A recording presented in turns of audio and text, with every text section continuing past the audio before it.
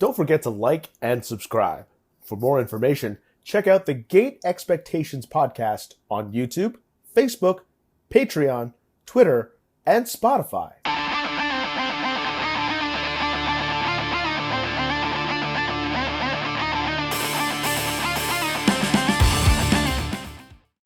Welcome, everybody, to the Gate Expectations podcast, where I bring in a weekly guest to talk all things Yu-Gi-Oh!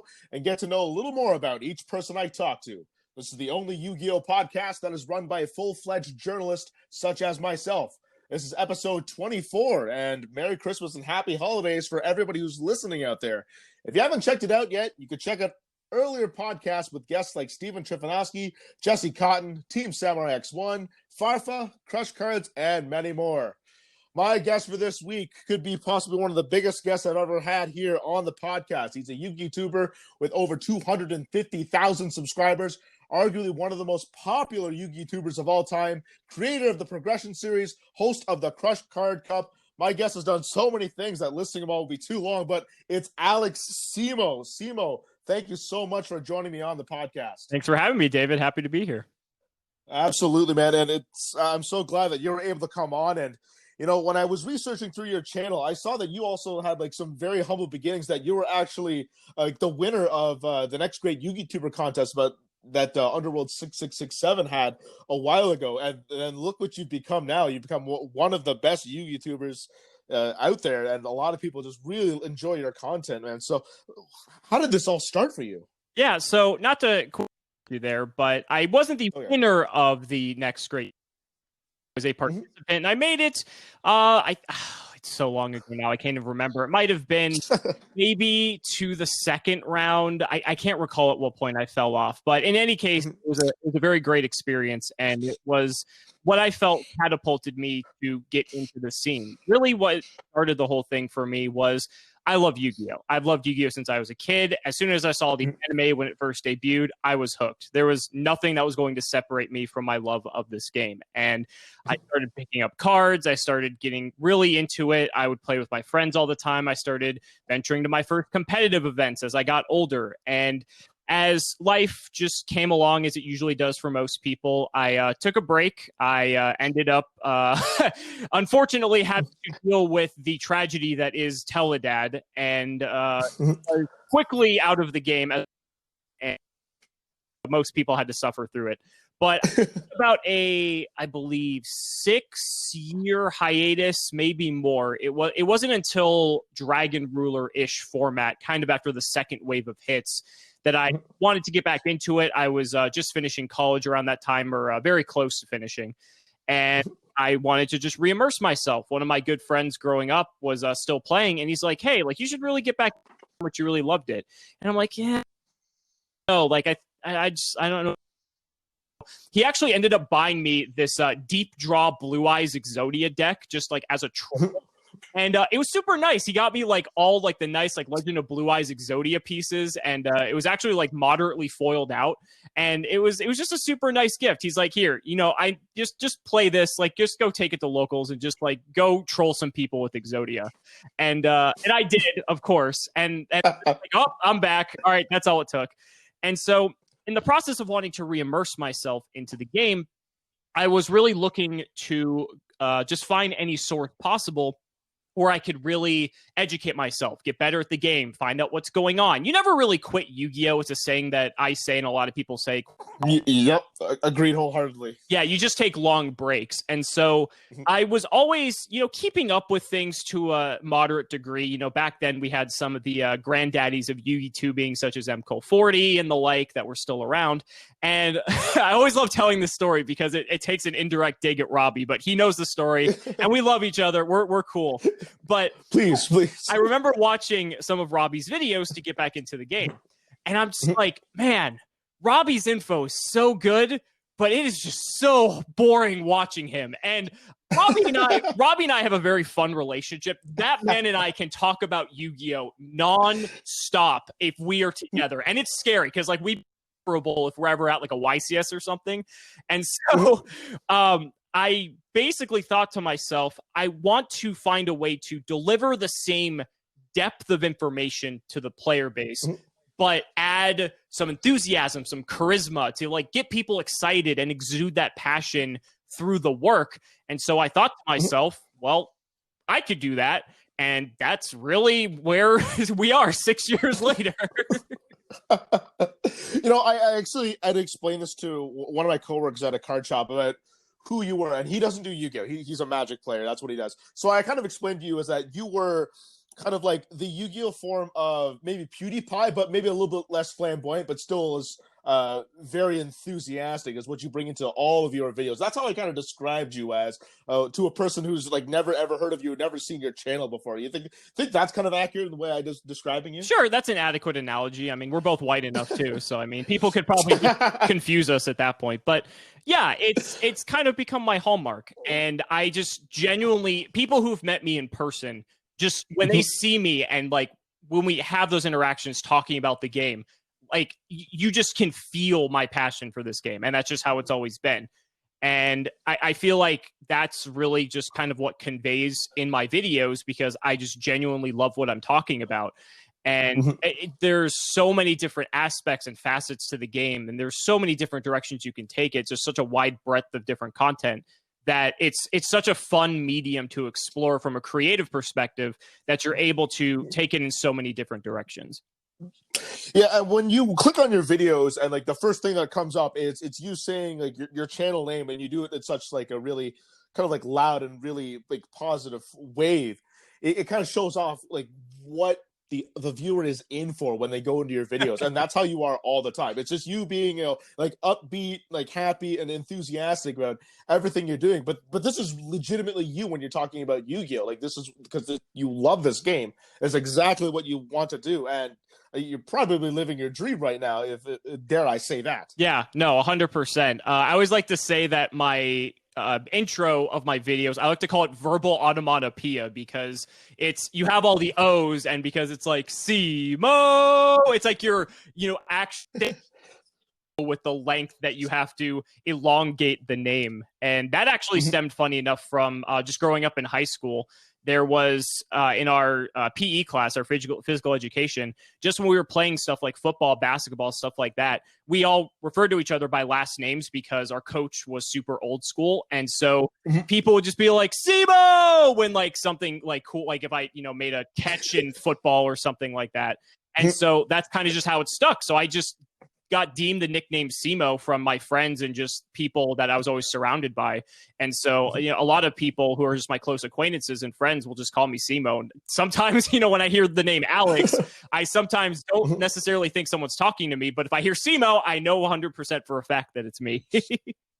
That's actually funny. I actually didn't know that that's how the name was. I was going to ask you about that eventually, so I'm glad you brought that out first of all. But I kind of get what you're saying when it comes to like the sports part, because when you go to, if you ever like play sports, if anybody ever plays organized sports, they know that you're always called by last name. It's not typically by the first name basis, just because it's easier to identify and everything like that. So that's so funny. And what decided for you to kind of stick with that and just kind of run with it, at least with your YouTube? So that's really funny. So when I first started this and embarked on this incredible journey that I have so far, I wanted to ensure that if I was going to do it, I wanted to do it correctly. And so I wanted to have a name that was going to be available on every social media platform. I was pretty set on wanting to have Cimo be a part of it, because Cimo is just like a very distinct, unique kind of name, unless you're Italian, and then it's not really. But for the most part, I was pretty set on, since everyone always called me that, I figure it kind of makes sense to just have that be the extension of my identity, because that's how I've always been perceived by most people anyway. So it kind of just fit. And so as I was going on Twitter, Facebook, Instagram, Twitch, all these different platforms trying to come up with the name. So my last name is Cimo, Cimo, unfortunately. And I started just putting O's after it and seeing if the little authenticator said, oh, it's available, or denied me because it wasn't available. And for some reason on Twitter, someone has Cimo with 3, 4, 5, 6, and 7 O's. I don't know why. Oh, weird. Yeah, they were just all taken, which is just odd. And so 8 was available on Twitter. So I was thinking, okay, well, it's available. So then I checked all the rest of them, and there was pretty much no chance that they were taking on the rest of them.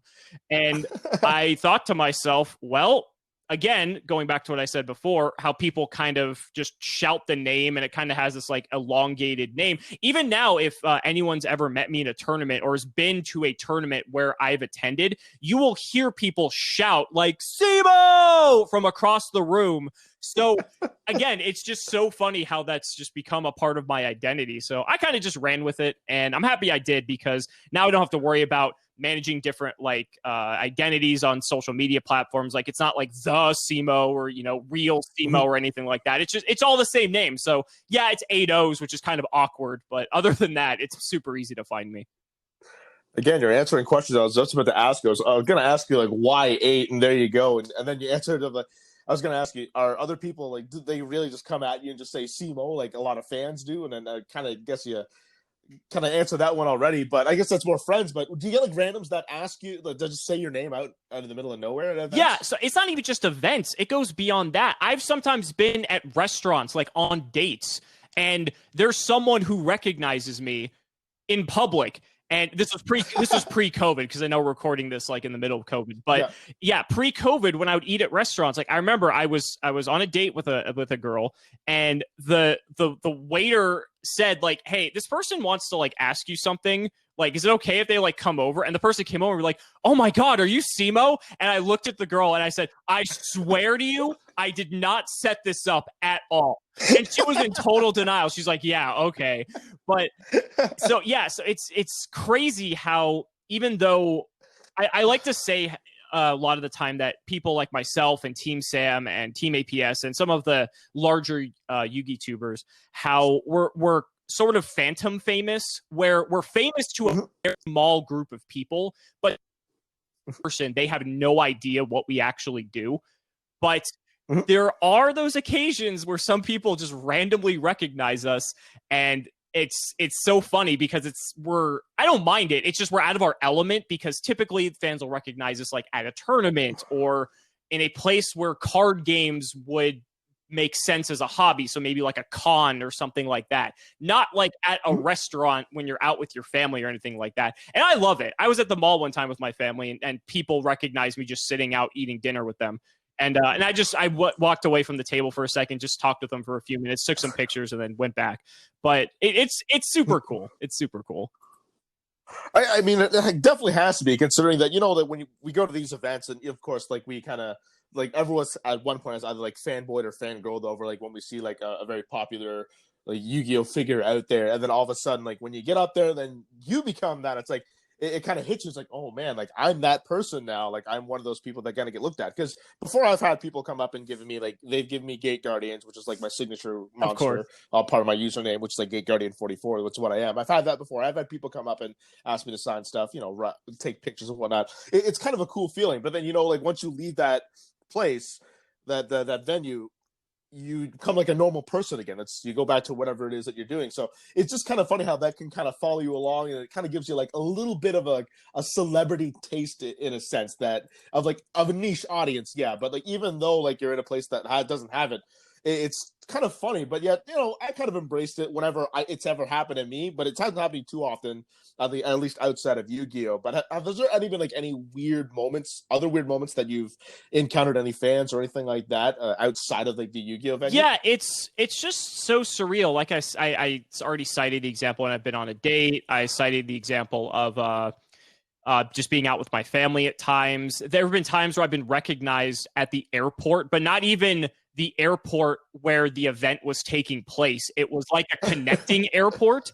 And this is a really funny story. Shout outs to all the guys in Charlotte coming back from Florida, I think, for one of the PPT events I commentated. They all recognized me, and they all came up to me in the Charlotte airport as I was waiting for my connection back to Vegas. And they all wanted to take this big group picture with me. I think I have it on my Instagram somewhere.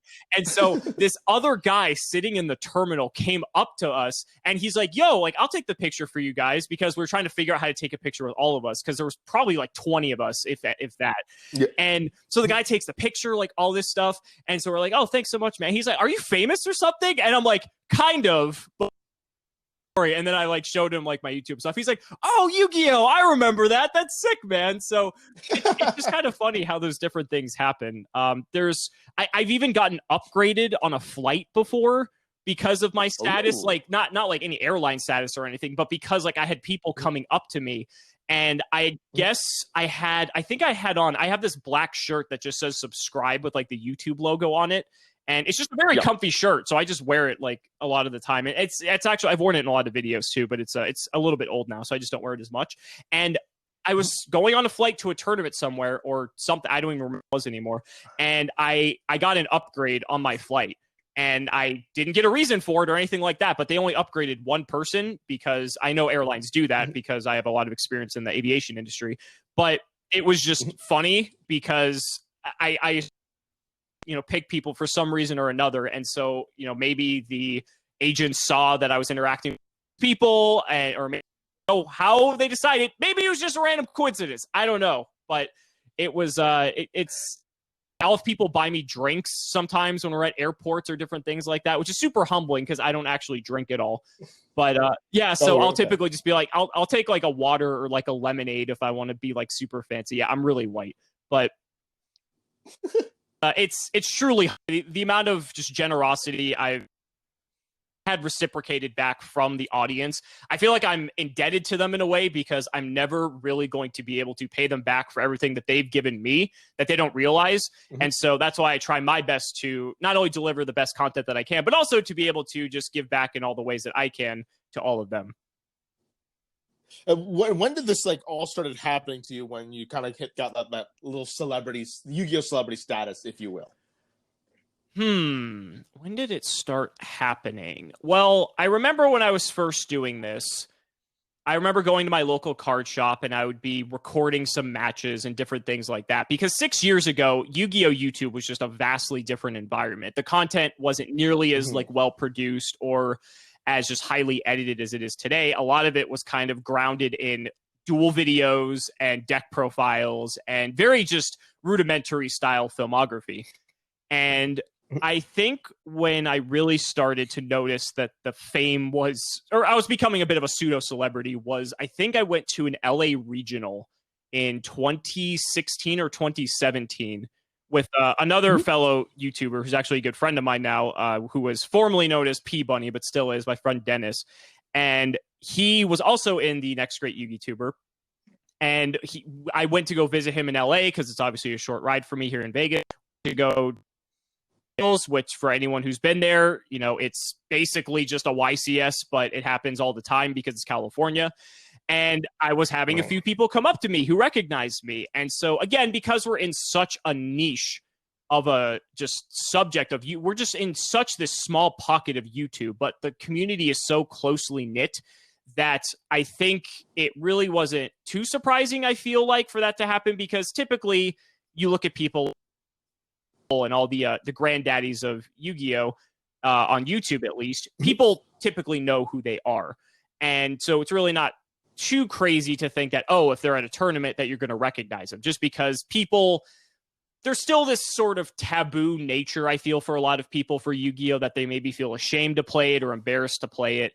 But people like, us Yu-Gi-Tubers specifically, we're very open about it. We embrace it. We're, encouraging people to be like, hey, don't be afraid of what you are passionate about, because like, who cares at the end of the day?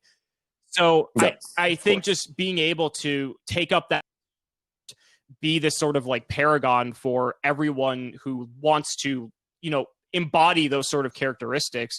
I think that's just naturally why people can gravitate towards me at times. And so, I remember I was signing some cards and it was really weird. And now I've signed like thousands of cards in my life, and countless other, I've signed like watermelons. I've signed people's foreheads. People are nuts. People are absolutely nuts, but I love them because they're just the greatest fans imaginable.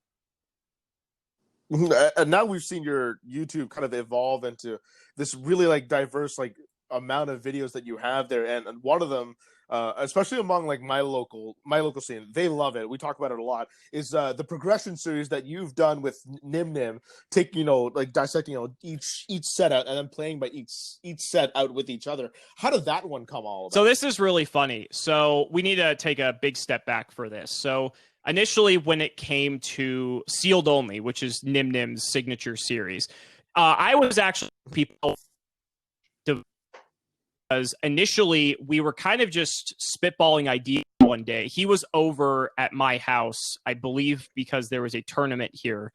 And so he actually traveled all the way out to Vegas. He was here for the weekend. And when him and I hang out, which we've hung out multiple times now, we like to take that opportunity, a YouTube perspective, to kind of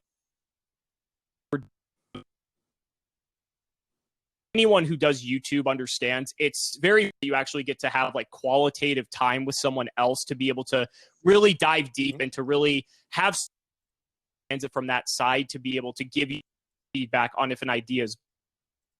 And so we were coming up with these ideas, and I believe I said something to the effect of both him and I play old school RuneScape for anyone who likes playing click simulators from 2007. But there's a game mode in that called Iron Man. And so what an Iron Man is a character in the game who is not able to trade with other players and has to acquire all of their items by themselves. It's an MMORPG for anyone unfamiliar. So there's usually a lot of, cooperation and, a lot of trading, buying, selling, things like that. But if you're an Iron Man, you have to do everything yourself. You stand alone. So I was thinking, how could we take that concept and turn it into Yu-Gi-Oh? And so I was thinking, well, the best way to go about that would be to buy the product, and you can only play with the product that you've bought. And then Nim Nim added onto it by basically setting in artificial limits, or he basically honed the idea. And so initially, both him and I were going to do this series together, not as a collaboration, but we were both going to do Sealed Only in our own unique way and just both launch it at the same time. We didn't have actually a set time that we were going to do it, but we just artificially said, yeah, we're going to do this. And so as I thought about it more and more, I kind of felt it contradicted one of like the key pillars of my channel, which is like really promoting this, buying the singles and different things like that, because I like to help educate people on making the correct financial decisions. And so I don't know if it's some sort of like twisted sense of morality or what it was, but I just ultimately decided, I'm like, I feel like this contradicts a lot of the things that I say, even though so that's a little bit like big-headed for me to think that way. But for whatever reason, like I just felt like it kind of contradicted my integrity a little bit. So I ultimately decided that I wasn't going to do that. And so Nim Nim embarked on his. I'm happy he did, because at the end of the day, he was going to give that series way more love and attention to detail than I was ever going to be able to. So I feel like he did Sealed Only better than I could have ever done it. And so I'm so happy to see that he was able to run with it and make it so successful and really just kind of launch all these other content creators to want to create their own versions of it. You see, like Rev's Cards is also has his own version, different other content. I mean, even like Ruggles now, same thing, right? So that's a little bit of the backstory there.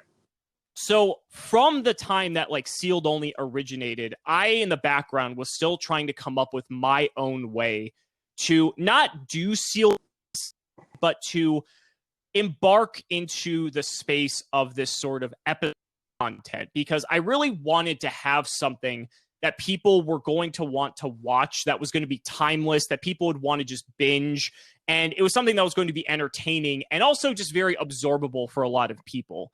And so there was a lot of boxes to check, and it was really a tall order at the end of the day. And so it's funny, all my ideas, I guess, come from RuneScape, because that's where it came from. There's a series of content creators who made this sort of series where they started brand new accounts in the game and then would play the game for so much time in an episode. And then what would happen is at the end of the episode, they would fight each other.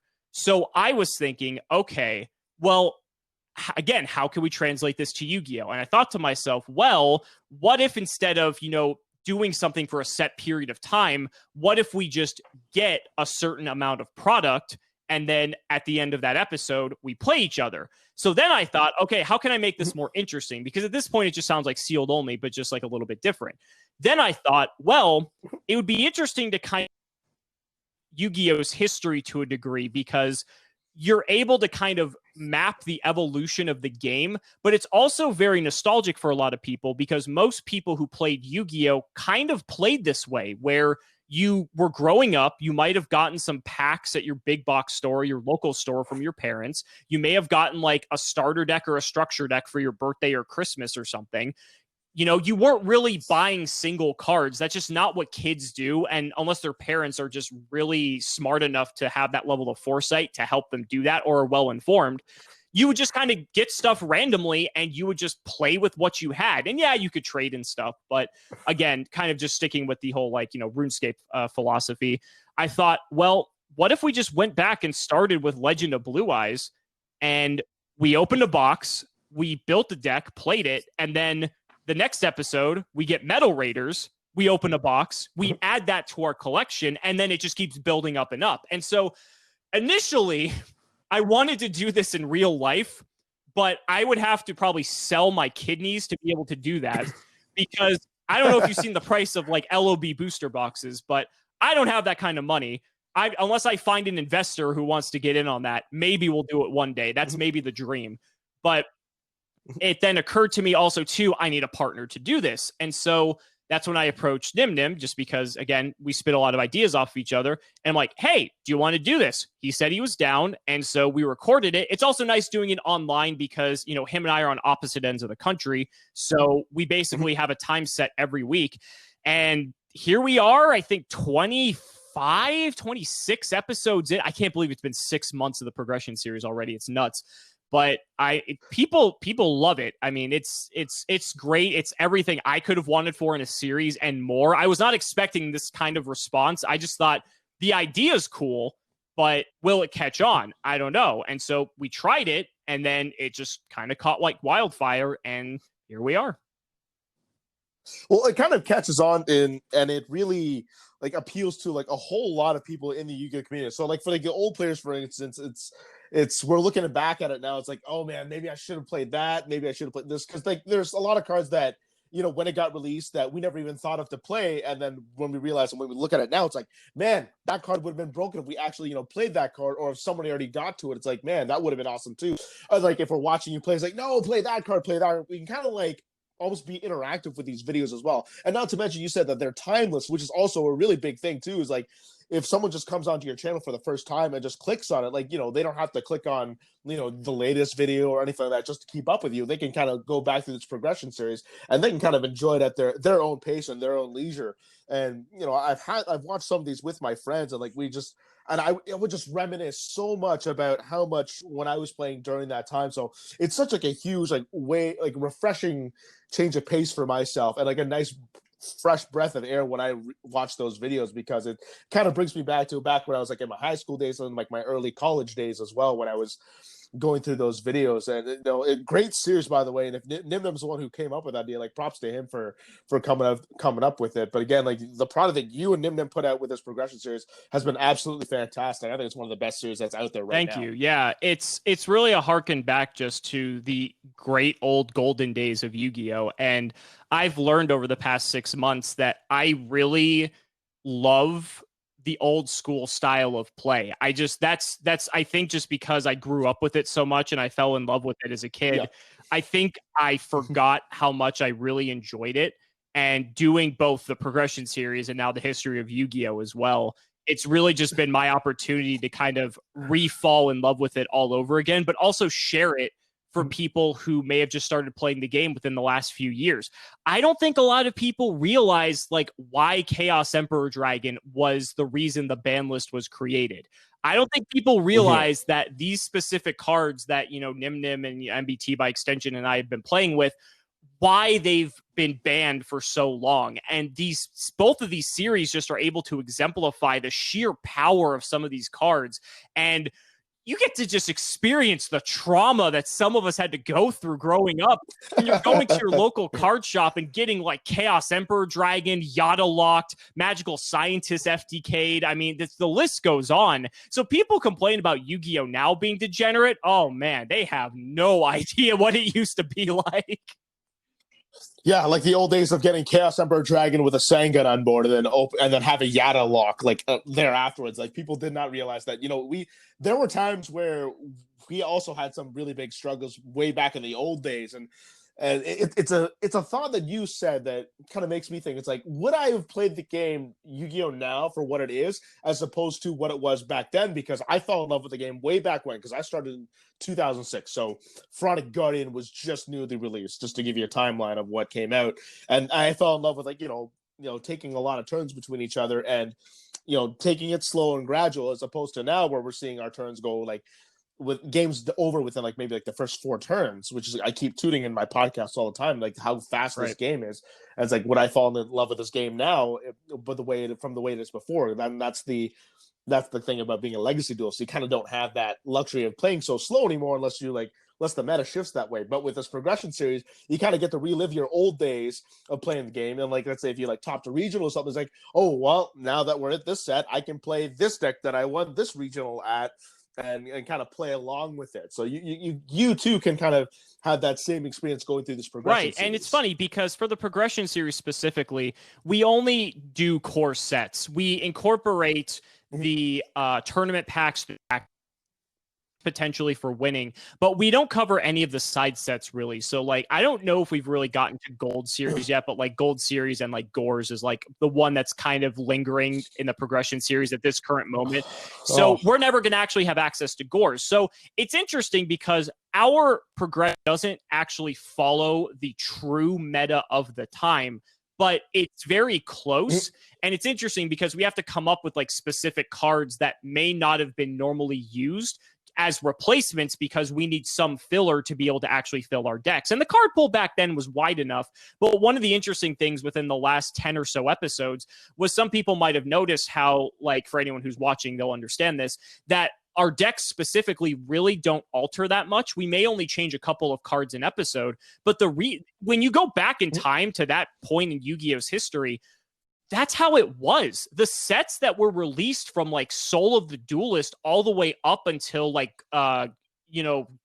Tactical Evolution, there weren't that many super big power cards that were just standalone solid cards, like your DD Warrior Lady, like your Exiled Force, like your Regeki, your Darkhold, well, those have been banned by this point, but you get what I'm saying. There weren't these types of cards that really came out. You would have your one-ofs like Cyber Dragon and Cybernetic Revolution. That was obviously a big one. Brain Control and Lost Millennium. Enemy of Justice had Pot of Avarice. You might get like one a set if you were lucky. Some didn't have any, but you would kind of just throw that into your deck because it's good, and your deck was basically the same. It wasn't really until you got to about Gladiator's Assault, which is when Gladiator Beast started taking over. And even then, it actually probably took to about Phantom Darkness, Light of Destruction, because that's where Proving Ground came out, Gazaris came out, and that's when the deck really started to evolve. But until you started to get to those types of sets specifically, Phantom Darkness and Dad, obviously, is when like the big presence of dark monsters came to be. That was just how it was. And so it's funny that people are saying like, oh yeah, this is kind of boring. Yeah, it was boring for us for 3 years. We just happened to go through it in the progression series in about 3 months. So yeah, we had a lot of the newer players don't realize that. Yeah, we had Monarchs for so long, and it stayed that way for several years. And then as sets would go along, we would kind of maybe improve upon the decks. Like for example, when Shadow of Infinity came out, that's when Treeborn Frog came out, and though we revolve around that. And then we had Ancient Sanctuary. We would start to add Zaborg is when it was the first monarch that came out, and then we had Enemy Controller on top of that. Were like 2 big cards. It was just mostly the same deck that we had, but we just add like better cards on top of it. And again, like you said, until about like Gladiator's Assault, maybe when we had 6 Samurais out, that's when we really started to diversify into like pure archetypes of what seems to be like the case right now in Yu-Gi-Oh! Like I don't think we had like decks nowadays where it's just maybe like not even one theme. It was just make the best cards together and put them together, and that's your deck. And now it's just, well, this is the theme that we're going with, and this is how it's going to play, and we're going to try to win with that thing. It's funny how that evolution of Yu-Gi-Oh! Has kind of come from what it was then until now what it I'm going to blow your mind. Did you know Zaborg has an afro? Yes, I did, actually. Not a lot of people know that. If you look at the artwork, he has a green afro. He's a real G. But yes. Yeah, so the interesting thing about how archetypal evolution came to be in Yu-Gi-Oh! Is when you look back to, you mentioned Pharaonic Guardian, and so the Gravekeepers, right? The Gravekeepers were probably the first real archetype that Yu-Gi-Oh! Had. And even then, that's kind of a stretch, right? Because you really only played like Gravekeeper Spy because it's good, and like maybe Gravekeeper's Guard. Like, yeah, there were like the other Gravekeepers too, and Necro Valley's a card, but the deck wasn't really playable until much later on. Obviously, you know, when you get to like Recruiter and stuff, the deck gets absolutely insane. But yeah, people, for anyone unfamiliar with like the old days of the game, you would get these archetypal pieces of support like one set after. Like you mentioned Zaborg. Zaborg was Ancient Sanctuary and the bottom. And one, by the way, I mean, monster, like you can't ask for it. But then Soul of the Duelist, you get Mobius in Flaming Eternity, and then you get Lost Millennium. I think you get Grandmarg, Force of the Breaker, you got Ryza. And so you would only get one of these cards a set, but then gradually, and then Caius was in a structure deck, funny enough, but then gradually you would be able to actually form the entire archetype. Whereas by today's standards, and you got to see this a little bit in the GX era where you'd actually get fully fledged archetypes, they just weren't very good. I mean, when you're talking about stuff like, I don't know, Ancient Gear, like the initial Ancient Gear support, the Venom monsters, like the Neo-Spacian support, like these are archetypes, but like you can't actually play them in any sort of like competitive sense. I'm talking about when you again get to Gladiators, when you get to stuff like the Dark support in Phantom Darkness, Light of Destruction with Light Sworn. That was a huge revolutionary move for the game. And yeah, it's just a far cry from what the game used to be. So we get like 3 or 4 archetypes a set now. And so we are so spoiled by comparison, because back in the day, we'd be lucky to get one if it was even cohesive enough to be playable. And I remember going along off that. I think it was Duelist Alliance. That was the set that decided to, that was one of the sets that kind of broke the game wide open with that kind of sense, because with that, we got three decks. We got Satellar Knights, we got Shaddoll's, and then we got Burning Abyss. And then all of a sudden, those were the 3 decks you had to have if you wanted to be like top tier. You had to have one of those 3 decks. And it was kind of a triangle too, because I always thought that Shaddoll's beat Satellar's beat Burning Abyss, Burning Abyss beats Shaddoll, kind of like that. And then there could have been a triangle like that.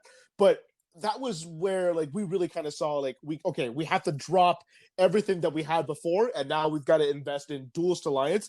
And it started to become now we have to invest in like heavily into every single set moving forward now, because that's the way like the nature of the game has gone, as opposed to before that set it would be like, okay, maybe you can like get this set and add a little bit there.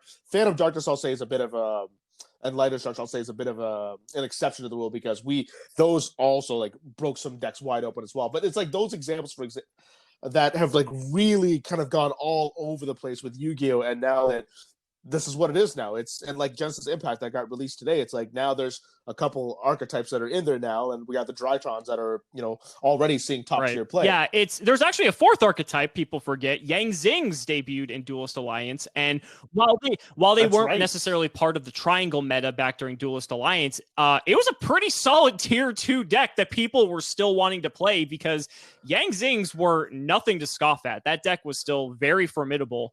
And again, then the set after that, you got I believe it was Eternity Code. I might be mistaken, but then Cleafort was released, and Cleafort just redefined the whole triangle meta, basically taking the place of Satellar and knocking that down a peg. So now all of a sudden you have 5 decks that are good, and they also bring in support. Duelist Alliance was such an incredibly revolutionary set. I mean, I always talk about how I wish Konami would find a way to make another Duelist Alliance. And I don't know if that's ever going to happen again. Like, I think that was just such a home run set. And it must have just had so much planning going into it, because they had to have known that all of these cards were good. I mean, it's impossible for me to believe otherwise. You would open a pack of Duelist Alliance. If you got any Satellar card, any Shadal card, any Burning Abyss card, you were pretty satisfied. So how, I mean, I wish we could get sets of that quality again. And even the later sets like Eternity Code and I can't remember the other one. I'm not Eternity Code. I'm sorry. Whatever they were, I'm forgetting. But in any case, I wish those sets following provided a good amount of support, right? Because then the set afterward had Virgil for Burning Abyss. It had Fire Lake for Burning Abyss. You had El Shadal Fusion for Shadal. So you're even making these decks more powerful. So it's funny how you had the first wave of support, which was great, and then the second wave kind of just took it to another level. So ever since Duelist Alliance, I am always very cautious when I talk about new archetypes, because you can never truly evaluate it just off the first layer, because sometimes the second layer of support will make it even more absurd. This is Cosmo. Look at Dark Destroyer. That came out in Dimension of Chaos, which was the second wave of support for it after the first set, which I can't remember right now. It was the blue set that was right before it. But yeah, it was. I really, really wish we could see more Duelist Alliance type set like once a year. And then we just follow that sort of model, which we kind of do to a degree. I think there will never be a set like that ever again.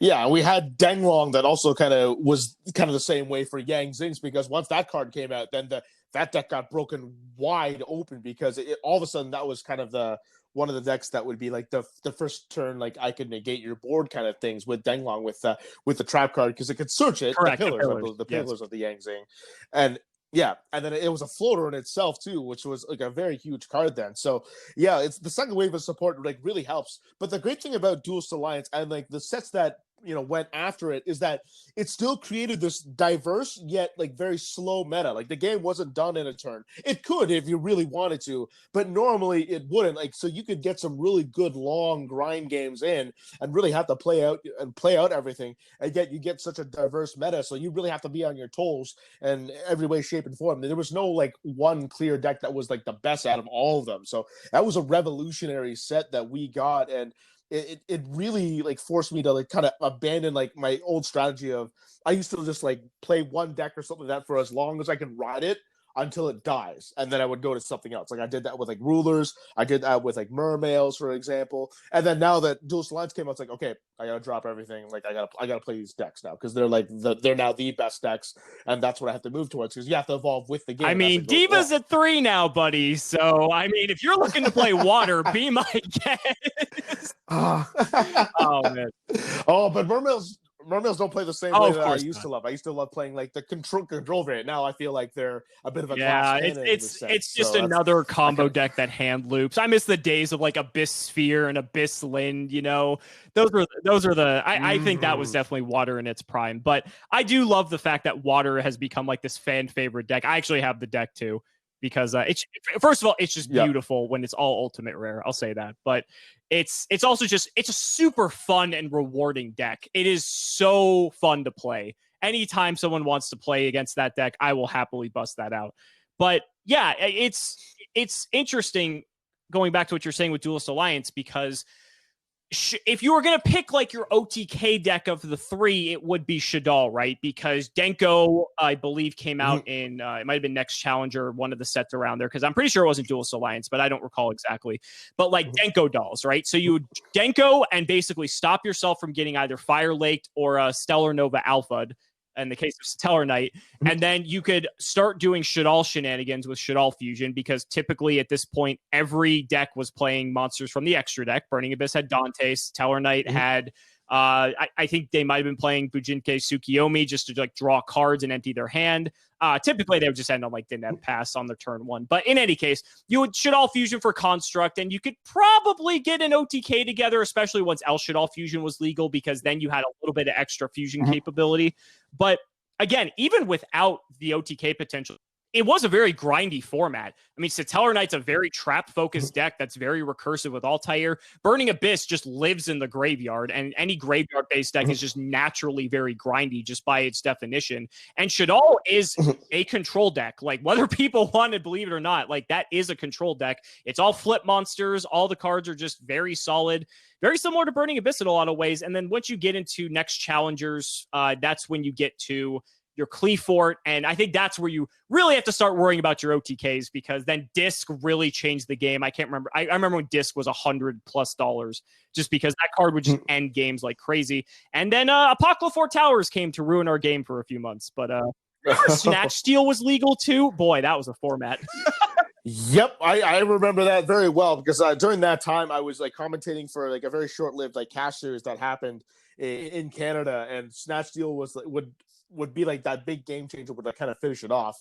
And I remember playing with that card like way back before it got banned. And again, it was one of those like game breaking cards, like Problem Monster. And we didn't have a lot of cards that we ran where like that would be like immune to targeting, or like would be able to stop that kind of thing. Like we had to rely on like an MST or a Dust Tornado to prevent Snatch Steal from happening. If we didn't have it, well then like we would have our whole entire world flipped upside down with that one card. Yeah, I remember Snatch Steal. It was I'm glad to see it go, but I was very happy to see it every time I had it in my hand. I'll put it that way. Yeah, Konami made a quick 180 on that one when they're like, why the hell did we just unban this? That was a terrible idea. I don't know if someone lost a bet and was like challenged or dared to like unban that card, but wow, that they quickly reversed course on that.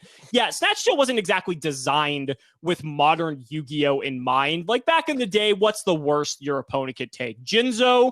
That's bad. Like, let's be honest. Like, if your Jinzo gets Snatch Stealed, you're probably going to lose most of the time. I mean, it's most likely to happen.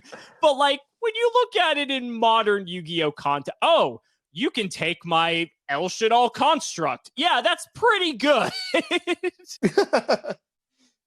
And not to mention, that's one less monster that you have to worry about, and then one more monster that you can contribute to the OTK as well. So, yeah, I've never seen a card get quickly so on the ban list and then quickly taken off the next ban list, because it was gone in a flash before we knew it. I remember when that happened, because all the old school players like you and I were just freaking out. We were like, this is not okay. There's no way this is going to last. And like the newer school Yu-Gi-Oh players were like, I think this card's fine. Like, this card seems good. Yeah, but like, I don't think it's the worst. And then people started playing with it and they're like, oh, I get it now. And that was typically after they just lost to it. But yeah, it's that's still such a disgusting card. I'm so happy that card's banned.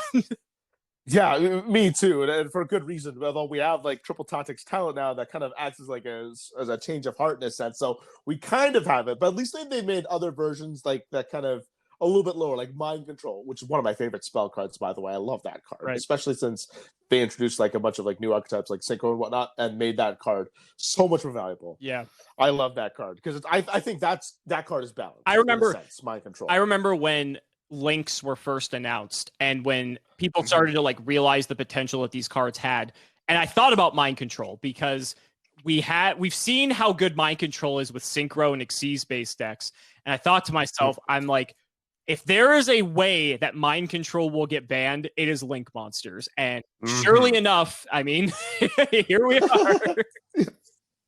And that also goes with like scapegoats as well. When we found out that tokens could become link material, and then we realized, oh my gosh, like how good are scapegoats now? Because it was basically like a one card Borreload Dragon now for pretty much any deck that wanted to play it, and like a card that we'd maybe playing like some niche decks here and there. All of a sudden, we'd wind up like playing in a lot of decks because of the sheer power that an end phase scapegoat would be. It's such a weird double-edged sword, because prior to links, tokens didn't really do anything. Like, yeah, Scapegoat back in like GOAT format and when it was actually played, it was fine. It was a great card. Don't get me wrong. And, there were like a few other cards that would produce tokens from here and there that would be decent, kind of gimmicky, but decent for the most part. But then when you incorporate link monsters, it kind of just takes it to this different level. But it's weird because it's like, well, you now have this built-in mechanic into the game that basically limits you fundamentally from a card design perspective, that anytime you are going to print a card that summons tokens, it's going to be abused in link-based decks no matter what. However, tokens were barely used anyway. So is that okay? Like, it's this very interesting fundamental question you just have to ask about how you want the game to look. And I think we've had some fun with our Phantom Skyblasters and our Scapegoats and our Grinder Golems and our God, I'm already getting flashbacks, but Gofu would be another one. Yeah, like, I mean, the list goes on. It's clearly they wanted to Yu-Gi-Oh's not shy to change things up. Let's say that. We've had several different summoning mechanics over the years. The game has become vastly more complex from how it used to be, and that's just how it is. But I think they wanted to see where it would go, and maybe they're just like, yeah, we'll just, kind of clean things up as they come up. And that's why you see almost every good token-producing card is now on the ban list in some way, shape, or form. Yeah, because when I saw that tokens could become link bosses, I thought this could turn into a disaster with how many token generating cards we have right now. And I thought like Scapegoat was one of the first things that came to mind when I heard tokens. I'm like, oh god, like if they can make like consistent links with Scapegoat tokens, then we could be in trouble. We could start to see some like very fast paced games because of it. I'm glad that Konami like finally decided, okay, we're gonna tone it down a bit. But like, in its heyday, like when link monsters and tokens were like all the rage, it was kind of problematic. And again, thankfully they took out Link Cross as well, just in the newest list. So I'm glad that they were able to take that away because Link Cross was starting to get out of control as well. Yeah, and they can do token producing cards well. I mean, look at Mech Knight Girsu, right? That makes a token. It's strong, don't get me wrong, but it's not like Scapegoat strong. It's not like Gofu strong. So there are ways to incorporate these types of cards, but they have to be severely checked so that they just can't get horribly abused by a card like, oh, I don't know. There's a lot. I could go on a list, but I'll digress. Yeah, it's very fascinating from like a card design fundamental perspective. I'm very into, as I've gotten older, I've become very fascinated by the whole just how card games kind of work and how they function and how they're developed. And I really just like to study other games just like fundamentally on like a very, very anatomical level and really just break them down. And it's fascinating just when you look at all these other different games and how they go about things, when you talk about resource systems and just different things like that. It really just allows you to see the game in a much different way.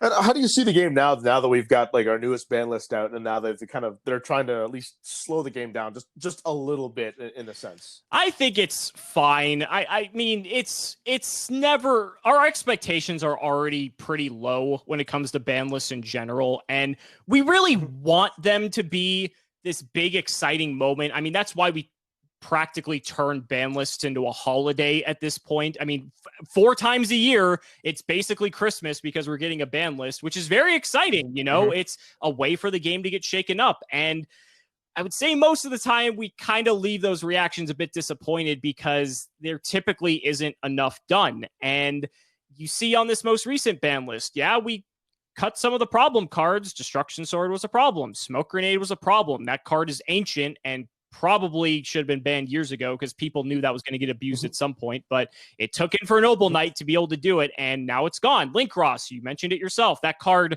should have never been printed, but that's a whole different story. But I mean, where are we now? There's still plenty of other problematic cards that exist, and I really like when we get those crucifixion lists where we'll 18 cards hit, because then like no one knows what's going to be good. And we don't get those too often. Those are like cleanup lists that come like maybe once a year if we're really, really lucky. And the format for the most part, I mean, it's tough because with COVID and stuff, how seriously do you really want to take the format? Yeah, there's like, for instance, at the time of recording this, we have the Remote Duel Extravaganza this weekend, which is cool. I'm very happy Konami decided to find a way to get people playing because, I mean, let's be honest, they don't have a choice. They have to go with something. But they did take the initiative. It was a rocky road to get there because they had a lot of trial and error. But this is, I believe, the second extravaganza that they're hosting. And the first one seemed to go very well from what I understood. I think it might have just ran a little bit late, but nonetheless, you know, they're helping, you know, they're implementing remote duels that local card shops can run. Like, this is the new normal until things return to normal. And I think it's great that we have this, but at the same time, it's not the same as playing across the table from someone. And I think that's what I really just miss the most. And I feel like a lot of people feel the same way. And a lot of people might have just shelved Yu-Gi-Oh! For the time being and are either looking for either new creative pieces of content to absorb in the same medium, you know, such as the progression series, such as, you know, History of Yu-Gi-Oh! Whatever, or they're just pursuing other hobbies because some people really love being able to travel and play with their friends and see their friends because maybe their friends live on the other side of the country or in a different country for that matter. So it's difficult. I want to be like more critical of it, but at the same time, it's all relative, right? Because if there isn't really a lot going on, I don't know. It's a hard call. Yeah, you really hit it on the head there, at least with those several things that you said there. For like one, for instance, like I always enjoyed playing with another person in front of me. I always I like the social aspect, and I also like a bit of like the psychological aspect in playing a game as well. There's a lot of like human tendencies, a lot of human errors that happen, and that's like a way that I like to win some of my games. Like if I notice that, for example, like if someone's gonna set like 5 cards, I always know that what's the first card that they set. Typically, people, the first card they set, they think that, okay, that's the one that I want to set. Right. That's the safest card to be set. That's the card that I don't want to hit with a blind MST if and somehow I have to get to that situation. It's kind of like that. If I get to pop a card, that's probably not the card I'm going to pop. Just for as an example of that. And then I also like, you know, interacting with my opponent as well. I like to get to know them a little bit. Like, are they like really serious? Are they really happy? Do they care? It kind of gives me an impression of like, okay, how hard is this game going to be? Like, how hard do I have to go? Of course, that thing can kind of backfire on me, but it works better than my favor more than it doesn't. But it's those kind of things, for example, that really help make the game a lot more fun because, you know, we play this game with other people. We want to meet other people. And that's the beauty of this. It's a little bit harder to do online. Not saying you can't do it, but you don't get the same like human touch that you would being able to play like face to face as you would with somebody on a remote duel. For absolutely. And I can attest to that completely when I went to my first ever European tournament at the end of last year. And I remember it was YCS London. Shout outs to the thousands of people that I met that weekend. I remember I was exhausted because I was just meeting so many people because it was the first time I was like in Europe for a tournament. The last few times I've gone to Europe, I would do typically meetups at like card shops in the cities that I was in because I was typically on vacation with my family, and I would leave them for a couple hours just to have the chance to be like, hey, I'm in Vienna, meet me at this card shop. Hey, I'm in Paris, meet me at this card shop. Just again, as one of those ways to just give back for a few hours because, you know, if that's a bare minimum I can do, then and it means the world to them, then there's no reason I shouldn't be doing it. So this was the first tournament. So this is all people here to play Yu-Gi-Oh! And so people were just like losing their minds because they're like, I can't believe you're actually here. This is so crazy.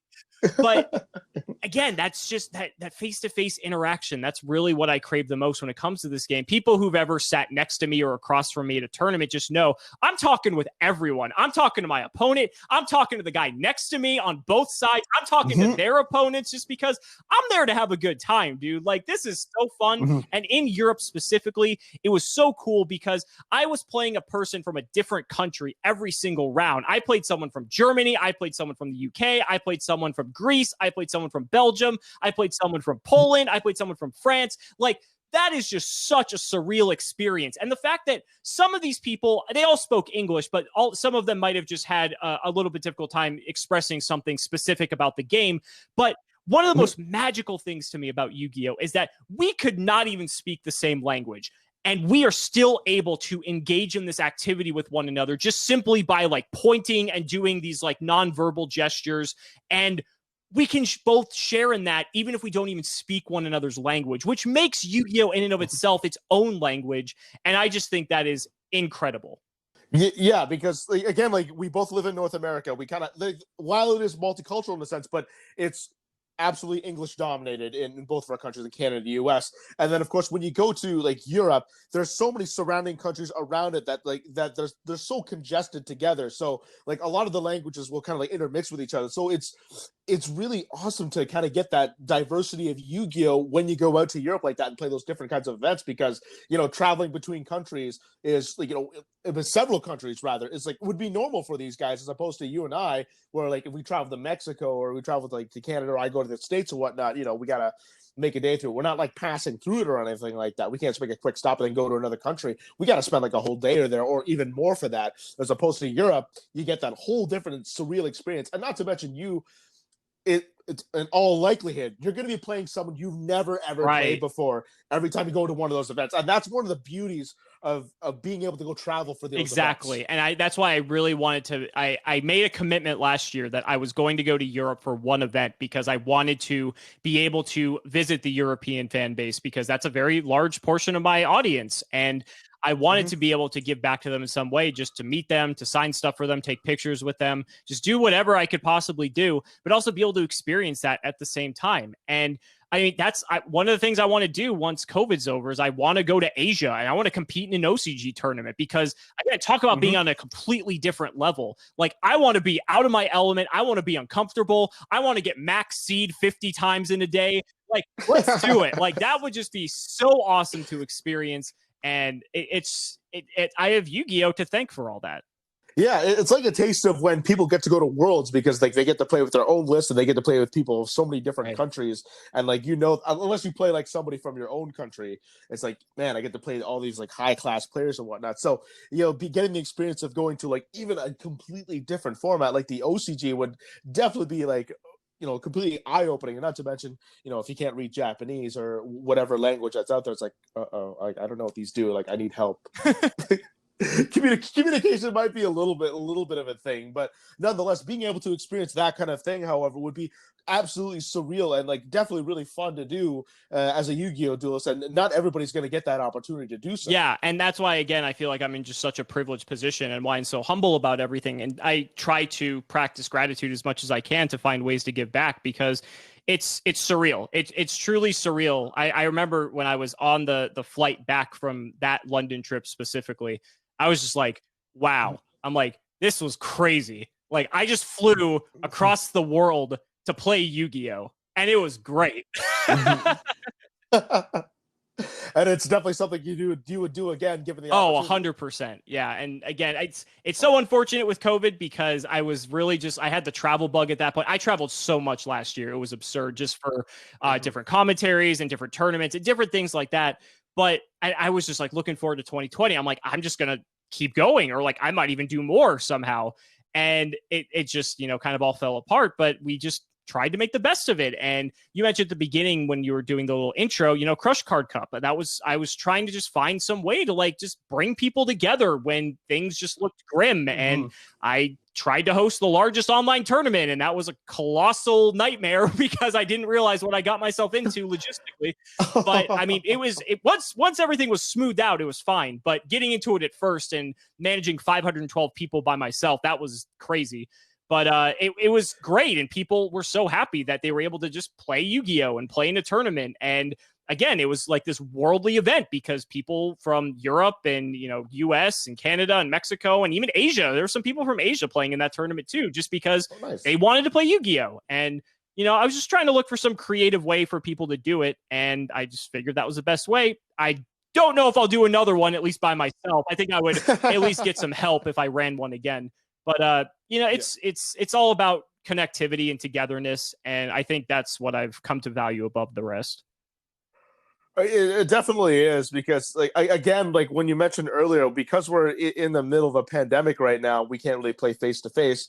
Well, for the most of us anyway. I know some shops are kind of doing it. Whack, but by the way. We're all completely whack. Yeah, I'm like, wow. I'm like, geez. I'm like I'm a journalist, but I also work at a card shop as well. So I have like two jobs, and my boss he's he's got a compromised immune system, so he can't like get it, or it's gonna almost kill him because he's had like a liver transplant. Like he can't have it, any of that stuff. So there's no way in heck we could ever have like any kind of gaming in my store right now. So that's for one thing. And like and believe me, as much as I want to have it, like I understand why we're not doing it, but I do find it kind of whack that we have these stores that are allowing it.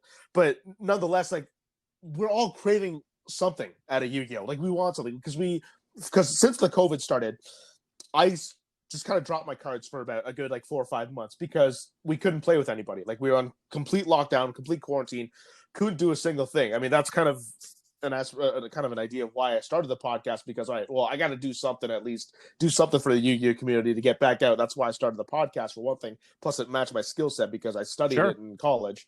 So that's why I kind of did it. But again, as you said, like we all kind of crave something now. And then finally, the Konami decided, okay, we're going to start these remote duels. You had your Crush Card Cup happen, and now we're starting to see like a lot more that's happened. We're starting to see a lot of local shops now that we can do all these remote duel tournaments, and anyone could join. Like you don't have to be part of that local to be able to participate. So that's at least one advantage to doing the remote duels, that from the comfort of your home, you can play like 2-3 tournaments a day and not even have to leave your house. So at least there's something involved that we can do like during this whole pandemic. Yeah, absolutely. And like I said, I really want to give them credit for coming up with ways to be able to try to make that work, because given the circumstances, it's just been rough. And I know I've been on my soapbox about this before, but if there was ever a time that Konami needs to go the direction of having a first party online simulator, this should really open their eyes, because look at other card games. Magic the Gathering has one. Hearthstone is Hearthstone, so it's already an online game. You've got stuff like even Pokemon has one, even though it's like not that great from what I hear. I don't play Pokemon, so I can't attest to it myself, but people say it's like either fine or like not great at all. They have something, right? I mean, yeah, you could say we have YGO Pro, we have Dueling Book, YGO Omega is, I think, set to release either this month or next or something like that officially. You know, we have third-party platforms, but we don't have a first-party one. And just imagine if they put the amount of effort that Wizards put into MTG Arena, or whoever ended up developing it, because I think Wizards might have just gotten it from whoever developed it. But imagine if we had a game of that caliber, or a game that was like as quality as Hearthstone, but like specifically for Yu-Gi-Oh! That would have been amazing for a time like this. And, you know, you could have done so much with that. And we've just been having to do our best with stuff, again, like Dueling Book and like remote duels and like YGO Pro. And it's fine. As the community, we're making it work the best we can. It's just unfortunate that the tools weren't in place, that it couldn't have just been even better for the way that things ended up turning out. So obviously no one predicted that this was going to happen, but it would have just been a great thing to have to help everyone get through it. And that's kind of why I ended up like starting the progression series and starting History of Yu-Gi-Oh! Just because, again, I wanted to kind of, I felt some sort of like moral obligation, I suppose, to kind of find ways to make the Yu-Gi-Oh! Community like, you know, stay united and keep, you know, being excited about the game in a different way. And so, I mean, I was still kind of like in the early stages of figuring it out when COVID hit. And I really just kind of had to, you know, step it up a bit, because I thought, well, if there's a time to do something like this, it's probably now, because people are probably looking for escapism now more than ever. And this could be the perfect outlet for people, just to have something that's just relaxed and laid back. And, you know, you watch Nim Nim and I, or MBT and I, just like, you know, laughing at each other and just doing stupid stuff all the time, because like we're just complete idiots when we're playing, and we're just like a bunch of goofballs. But it's light, it's humorous, and you get to see some epic Yu-Gi-Oh! Like our shows are almost as good as the anime sometimes, and it's not scripted in the slightest. And I think that's part of the reason why it's just been so successful, because it's kind of just what people need right now. They just need to kind of escape reality, not really think about all the bad things that are going on in the world, and just be able to, you know, enjoy the card game that they've loved playing for so long, and just, you know, forget about the world for a half hour.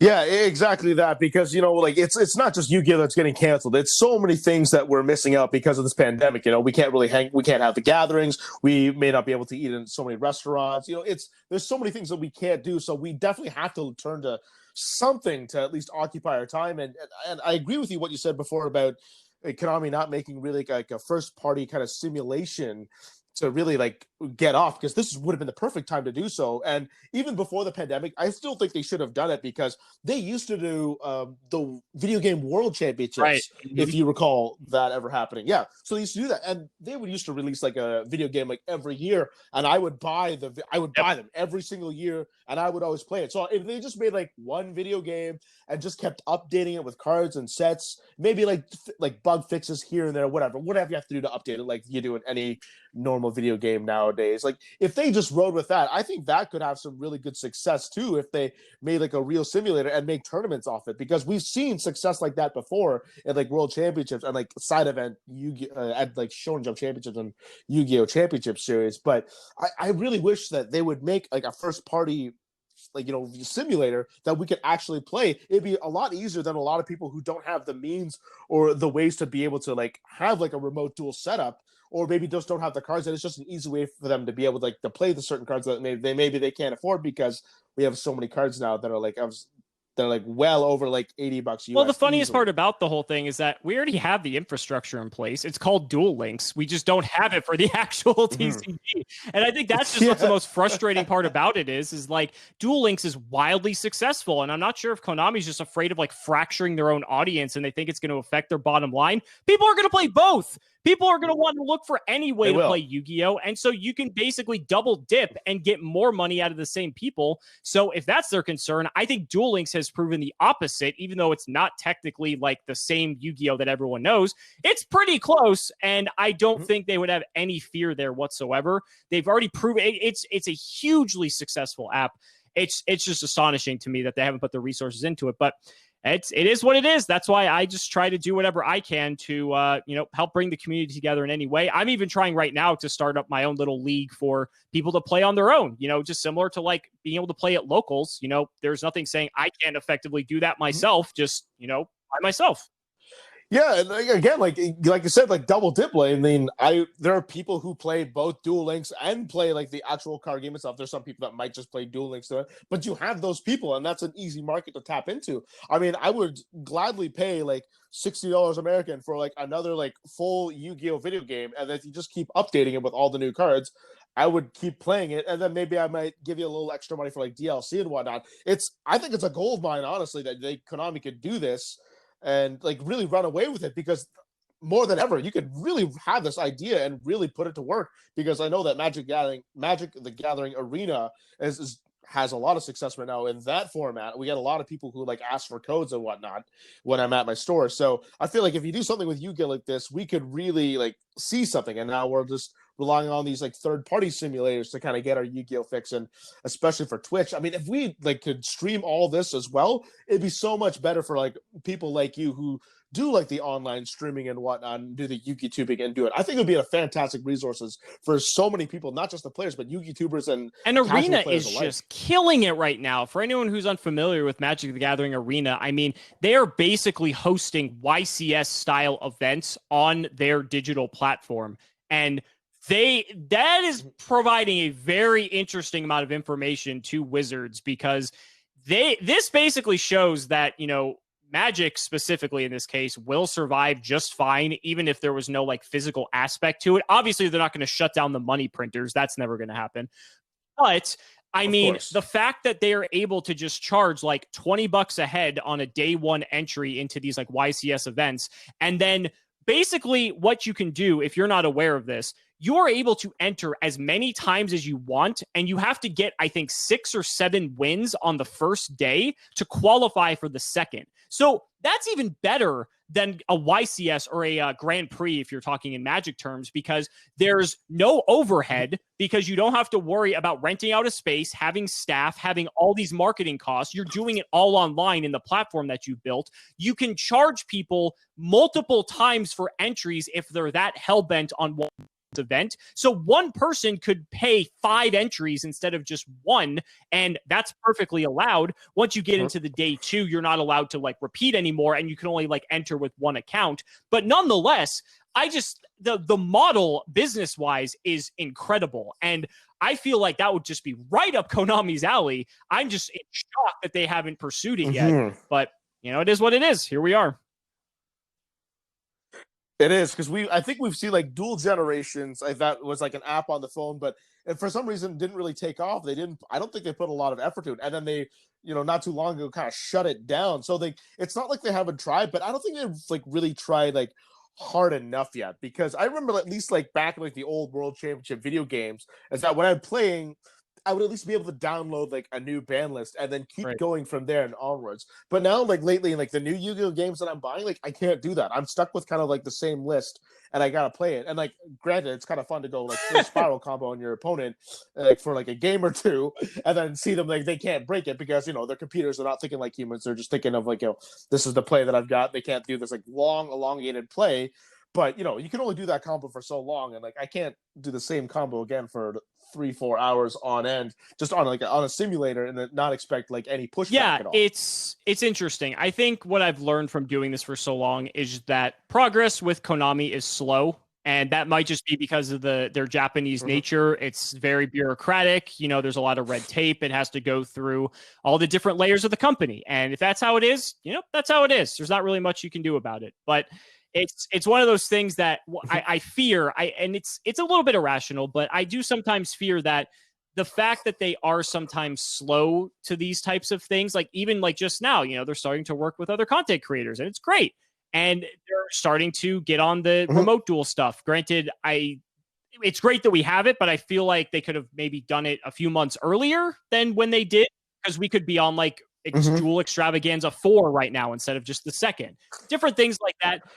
It worries me from the perspective of if they're too slow, that they might get left behind at some point, because other companies who do it faster are going to evolve at a much faster rate. And then it's going to be a game where they can never play catch up. They're very fortunate that they are considered like in the big three of card games alongside Pokemon and Magic. So that basically makes them untouchable. So I don't think that's going to happen.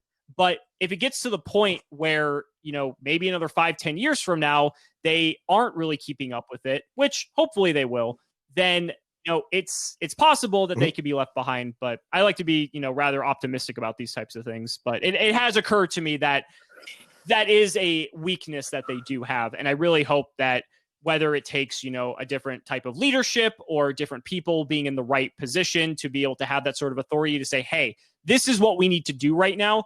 I want to have the most confidence that they're going to make those decisions. We just haven't seen that executed up till this point. Yeah, and for example, like the streaming for like YCSs, that could have been done a long time ago, and it took them so long to finally for them to start like live streaming and broadcasting a lot of these. Like this is an idea that could have been done like a very long time ago with it, but again, they were kind of late out of the gate doing this. And I feel like if Konami just really got on this, like as you said, they've been kind of slow on a little bit of this, but somehow I think they're like number 2. Like I think they're just behind Magic, but ahead of Pokemon. Like I think they could like really explode and like really give like Magic like a much bigger run for their money than what they already have now. Because like I always loved like the format and the mechanics of Yu-Gi-Oh at its base core of how the game works, but it is what it is. Like you kind of see it kind of lag behind, but I think that there could be a lot better progress made in this game than what we see now. Like I think we could be like way ahead of what we are, but if Konami maybe like decide to take more of an initiative. Like I don't want to like hark on them per se, because they've done like a solid job in a sense, but there's still more that absolutely. And I know I'm kind of gushing over Magic because I keep seeming to want to dwell back on that, but if anyone who's familiar with Magic has ever seen any of the Pro Tour coverage, which is what they used to be called before, now they're called Mythic Championships, the coverage that they would do for these types of events, you would think you were watching like a sporting event on TV. Would have fully people like coverage desks and all this. And the funny thing is, Konami actually started doing this like right before COVID hit. They did this for the last couple YCSs. I believe it was YCS Las Vegas, which is actually here. And then they also did it for, I believe, the European one that was in Belgium or Netherlands. I don't remember for sure. And they might have done it for the one before that, but they were actually starting to go the more like premier coverage route. They were starting to like finally see it. And then COVID happened and that kind of just shut everything down. So again, that's where like you see these little like dwindling lights of hope that it's like, oh wow, they're like actually starting to like do the things that they should have been doing years ago. And then, something like this happens and it kind of just it's one step forward, two steps back. So I agree with you. I definitely think it's something where they could be turning it up to 11 rather than 4. It's kind of one of those things at this point, from my perspective, where I'm happy we're getting like something rather than them just like going and taking it to the moon. And this also begs the question too, that because eventually the pandemic's going to be over one way or another, like either socially where we decide, okay, we're just going to run with it, or we're just going to try to contain as much as possible, but like return to the world that we're back to. And then that begs the question, what are we going to do with like remote duels? Are we still going to keep running them? Are we still going to keep all these like online like resources or whatnot, or support that we do for these YouTubers? Or like, are we just going to cut it and kind of go back to where we were before? Are we going to go back to the same step, like go back on the same path, or are we going to like go with this detour and kind of go along with the flow? Because nobody knows how long, first of all, we're going to be kind of like semi-quarantined and all of this. And then not to mention like what the direction of Yu-Gi-Oh is going to be, because I know that so many people, and I'm pretty sure I can speak for so many people when they say like, we want to play in real life again. We want to play with other people in front of our faces again. Like we want that. And that's kind of like a big reason for this game, is being able to meet new people and do all this. So it begs the question though, what's gonna happen when all this like goes away? Is it gonna be the same as before? Is it gonna be different? The answer is easy. What it's gonna be. The answer is do both. And the reason you do both is because their number one priority should be to get people playing Yu-Gi-Oh every single hour of the day and have as much access to playing their game as possible. We live in a world now where you can connect with people playing any game you want at 3 a.m. with someone that's all the way on the other side of the planet.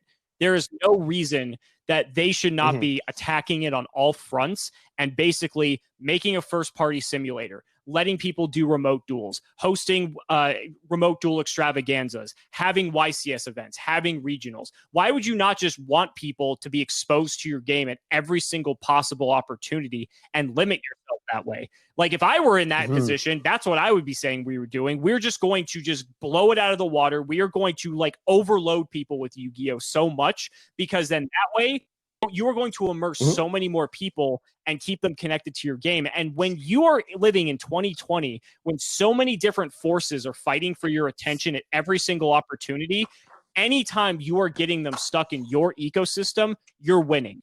And so that's why they need to be doing this now, because the longer they wait, the more people they slowly start to die off into other areas, especially now with COVID. It's been even more difficult, but it was incredible going into COVID that we were in like record-breaking numbers in attendance. 2019 was like one of the best years for Yu-Gi-Oh ever in terms of attendance. Like it was every single YCS happening was like breaking records, which is crazy.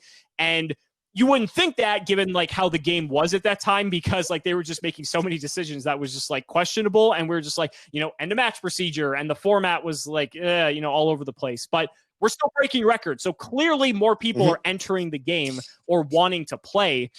So it's just such this, I always say Yu-Gi-Oh is like this weird abusive relationship. And I mean that in like the like most positive context possible, because it's like we trudge through the bad parts of Yu-Gi-Oh to experience the highs, because the highs are like stratospheric.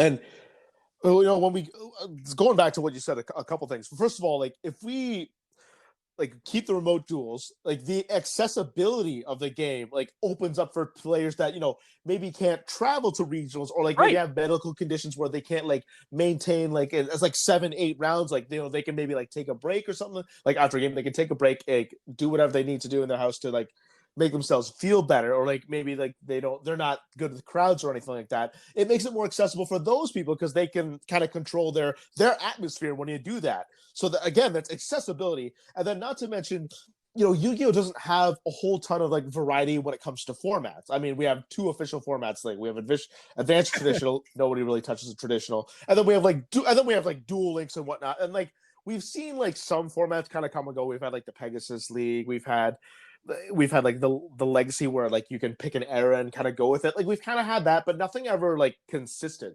But if you kind of keep this remote duel ongoing, you're creating like more accessibility, more people can be a part of it. And I mean, that's what you want from Yu-Gi-Oh! Like, you want more and more people getting into the game, so that way it retains popular, so that way, like, there's more investment into the game, so that way you encourage it to keep going and going. And, like, because, like, I don't want this game to die for, like, I'm going to keep playing this game for as long as I possibly can until, like, I can't play anymore, or if I just don't find the game interesting anymore at that point. Like, I'm going to keep going, and that's what Konami, like, should want us to do. Like, they want us to keep playing for as long as we can and then get more people into it in the process.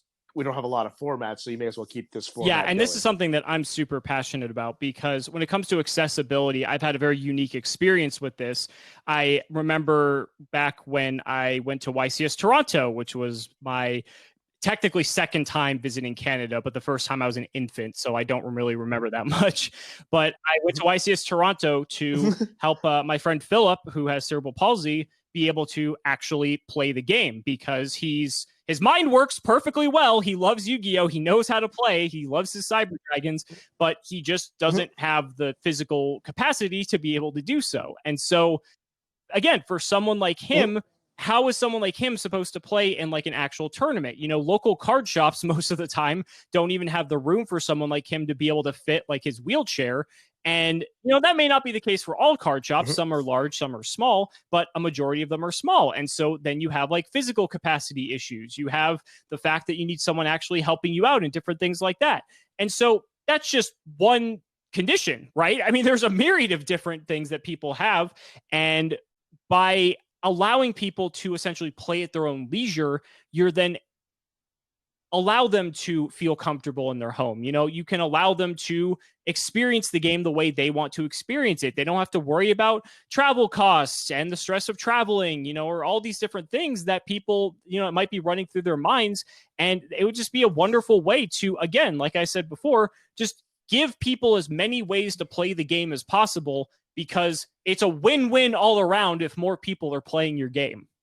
Yeah, it really is. And you could make the stretch, like there's a huge stretch we'll say this, but you could have like some people like in remote duels kind of participate in like a YCS or something like that, because they're, you know, they have like accessibility issues. So you could like set up like some remote dueling stations at some events maybe, and then like have them play like some people online, you know, so that way like they can participate as well. Because I know some people that like can't handle it, or they physically can't like be a part of it because of their condition, but they still can, you know, if you're able to go at some of their paces, that they can like last like a 7-8 round day if given the opportunity. So I think it's, if somehow Konami can like find a way to incorporate that, I think it'd also be a great way for them to like get everybody who wants to be able to play the game like to do so. Because like I am a person who believes in like equal opportunity for everyone. I want everyone to have a shot at doing like whatever they want to do. So like I would love it if they could find a way for like provide a lot more accessibility issues for people who like can't physically be present, maybe be there in another way. Absolutely. And this is one of the things that I'm the most proud of, even though it's one of the things that flies under the radar because people generally don't know about it.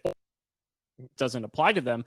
But I was actually partially responsible for Konami implementing in the policy docs an entire section about disabilities. Prior to that interaction with my friend Philip, who has cerebral palsy, there was no information about this anywhere. And so what we had to do was, I was coming to Toronto just to help him play. So I was coming not even knowing if this was going to work. I emailed them several times to try to get a definitive answer and never heard anything.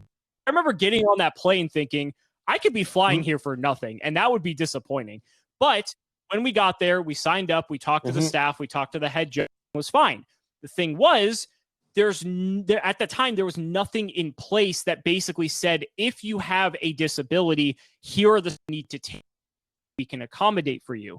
And afterwards, some of the Konami staff saw the video that I ended up making about that whole experience. And at one of the following YCSs, maybe several months later, one of the top officials actually came up to me, who I talk to every once in a while. He told me that they saw the video and that they actually updated the policy documents solely because of that whole experience. And so now there are the mechanisms in place. There are things that actually in place from people who were coming to play didn't know that.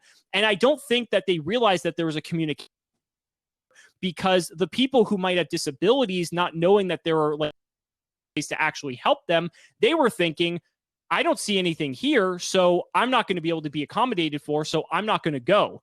now that that's there have been several people that have reached out to me saying, hey, Cimo, like, thank you so much for this because I have X, Y, or Z, ailment.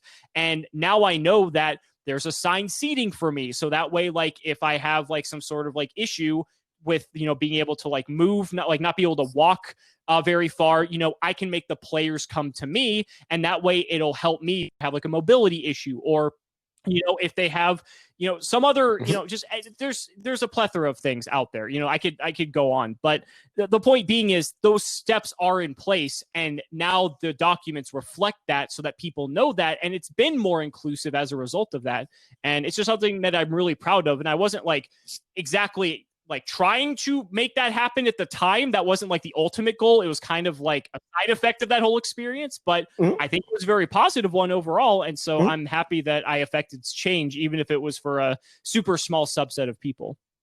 I mean, it really is a positive thing, because I'm sure in one way, shape, or form, like, we've encountered somebody who's had some kind of disability or some kind of like, or is disabled in some way that they can't, like, fully enjoy the game with the past documents that were. Because for example, I've got like one player who kind of has to walk with a cane. Like, he's got his spine is like beat up to heck, so he's got to always walk around with a cane. And then I have like kind of an older man as a father. He's roughly like in his like late 50s, early 60s, who also has like to walk around with a cane, and he also plays as well. And then when they come to my locals, I say, just stay in that spot.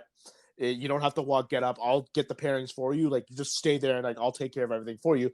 But I'm sure that in one way, shape, or another, we've come across that situation, and you kind of have to feel sorry that they have to exert more than they really have to. And I'm nice to see that. And now, like, at least in Toronto regionals where I'm at, like, they have like designated tables for, like, if you say like, okay, I'm disabled, I have special needs. It's like they'll like give you like a separate table that you can play now. So I'm glad that they're taking that step up for at least accessibility wise. And I'm glad that you brought that up too, because for your story, because I'm glad they implemented it now. Because like there could be, because I bring like that one of those people along with me all the time to events. So it's nice that they would, kind of cater that. It's like the kids zone, like the parent zone that you would see like a YCS event, kind of like that. Except absolutely. You also touched on briefly like multiple formats with Yu-Gi-Oh, or lack thereof, I should say, because let's be honest, there's one. They like to say there's two, the second being traditional, but I have never seen like an actual traditional tournament in my life aside from maybe online. And it's weird, right? Because it's something that's been in place with Yu-Gi-Oh since its inception, or I guess rather since the actual ban list came out, where it would have originated. But it's fascinating to me because so many other games have multiple formats that are like successful, widely played. But Yu-Gi-Oh, it's like if you're playing Yu-Gi-Oh, you're playing advanced, right? But no one even refers to it as advanced constructed. You just refer to it as like, oh, I'm playing in the main event, or I just play Yu-Gi-Oh because there's no other way to play. Like, yes, there are people that play like GOAT format, and there's people that play speed duels, and like, yeah, that's fine. But then they'll say, I play GOAT format or I play speed duels. And both of those, while speed duel is technically sanctioned, even though there's such a small population of people that actually play it, and GOAT format, which I think there's a huge missed opportunity there, but I don't think they can't really monetize it. So I think that's why they haven't done it. It's really just a one format type of game. And it's weird because like Magic has 6, probably more, let's be honest, but 6 that are like competitive that they'll like play all the time. Pokemon, I believe, has at least 2. They might have a third. I don't recall, but it's weird. And I wish that was something that could be explored more, because I feel like if they said, oh, YCS Vancouver, right? They're going to have a GOAT format event. And so people who want to play in the main event, you still have your regular event. But if you want to play GOATs, and if you're a boomer like I am, then you can go play GOATs with all the people from 2005 who just want to relive their past childhood. But like, I think that's just a way to bring even more people to playing the game. I think it could be super successful. Some people might look to what Konami did a couple years ago, being generation duels. I think the biggest problem with generation duels, I guess for people who don't know, generation duels, they tried to implement like little tournaments that were of like 5 different formats. I think like GOAT might have been one of them. And then like there was like a GX era one, and like all these like weird formats. But it was a very short-lived part of the game's history. And I think the reason it failed was because they did too much at once, because why not just pick one format? Why do 5? And I think the second problem is I don't think anyone knew about it. A lot of people listening to this podcast might not even know that generation duels existed. They might have thought it was awesome, but I just think Konami did a poor job of actually marketing it, because I didn't even know about it. And this is my job. I only knew about it maybe after the first time one of them actually happened at a big tournament. And I feel like that's just, their responsibility to help, people promote that and know that these types of events are going on. And so if people don't know that your events are going on, it's almost like a self-fulfilling prophecy that's destined to fail. But I think if you push that aside, focus your efforts on one thing, which in this case could be GOAT format, because if there were to be an alternate format for Yu-Gi-Oh, let's be honest, it would be GOAT format, because that is probably the most widest played format. Otherwise, then that could be the way they could go about it. I could be totally wrong. I have no idea, but I feel like as long as I've been doing this, I have a pretty good gauge on the general population of people that play this game. And I think that would be successful.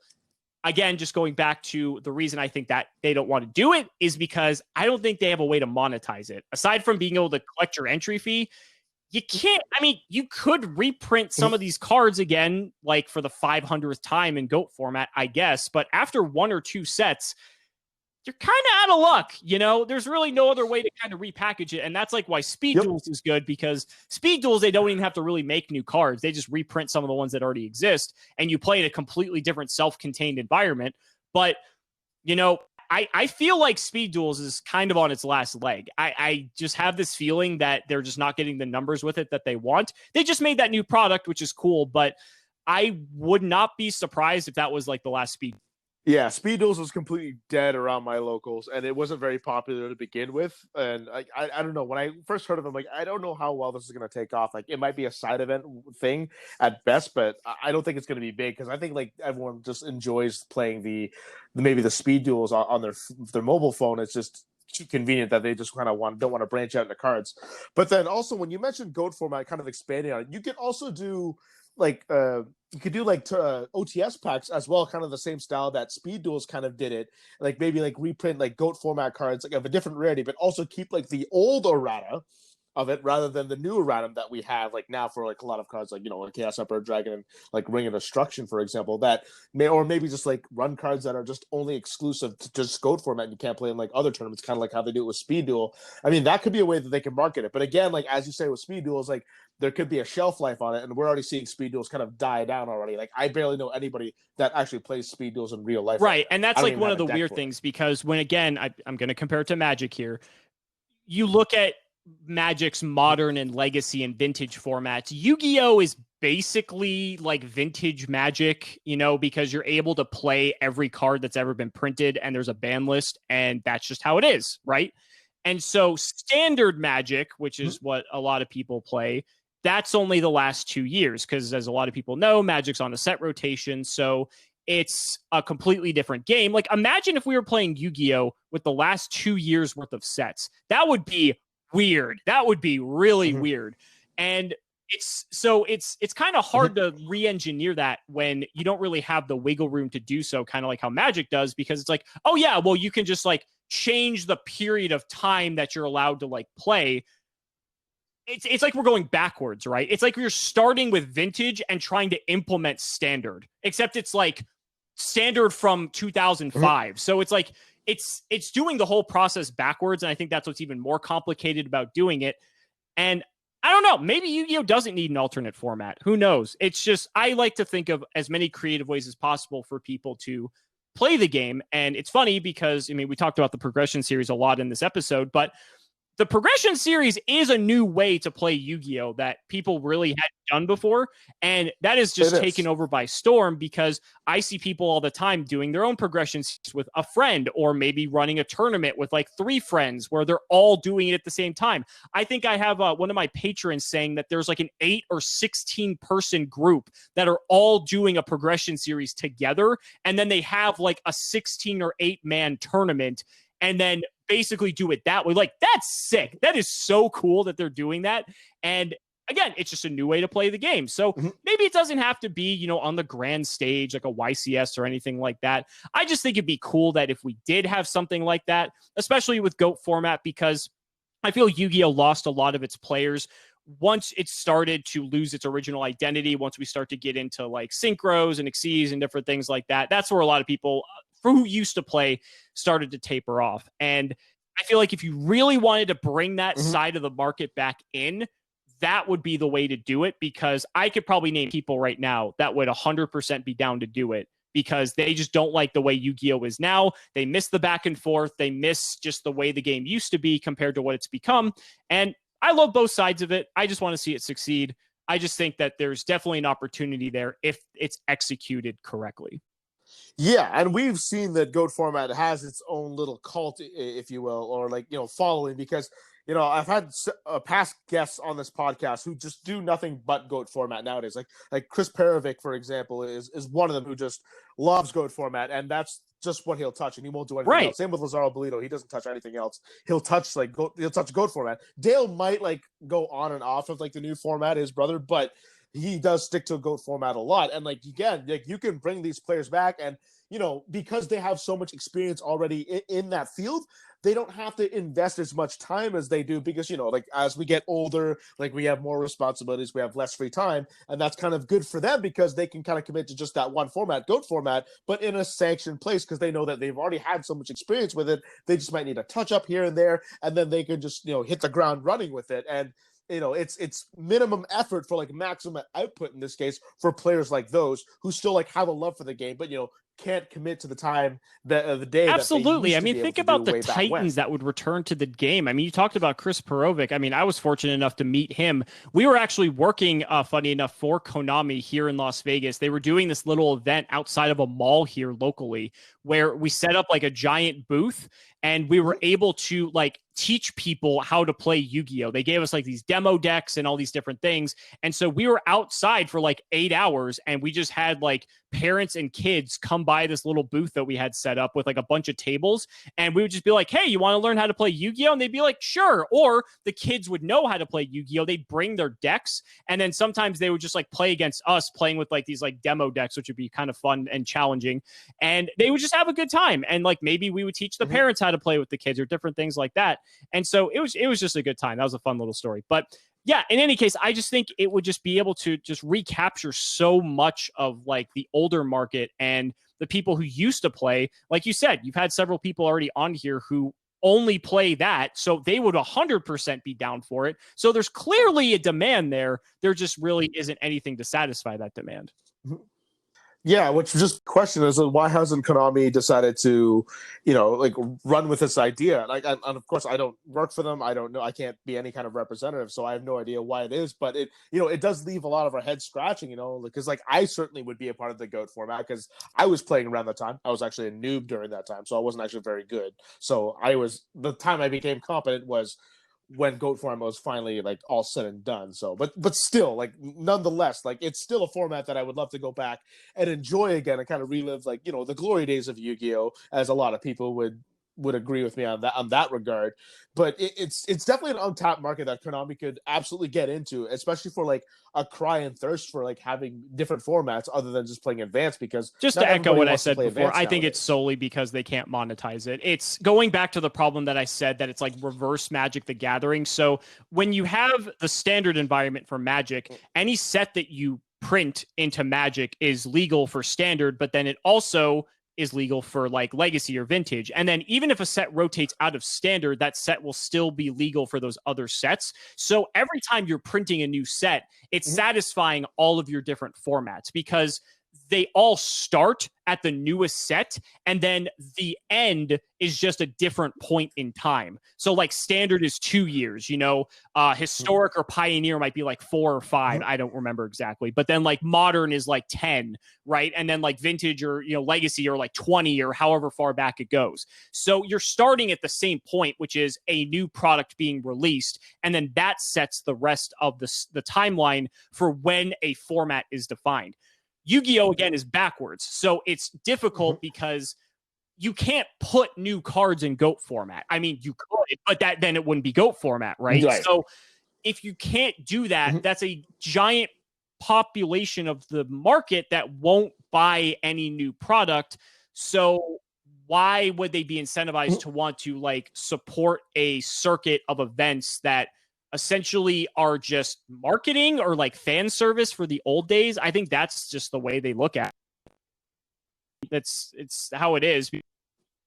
Types of events are run at a loss anyway, and they are marketing events more than anything. They make a majority of their money just from purely product sales, but that is how it is. And at the end of the day, it's business, so I understand it. But I think it's unfortunate that if there is a reason, that's probably it. And I'm all of the opinion that we should just be trying to make as many ways for people to play the game as possible that are sustainable. I'll say that as a caveat. So yeah, it's just how it is.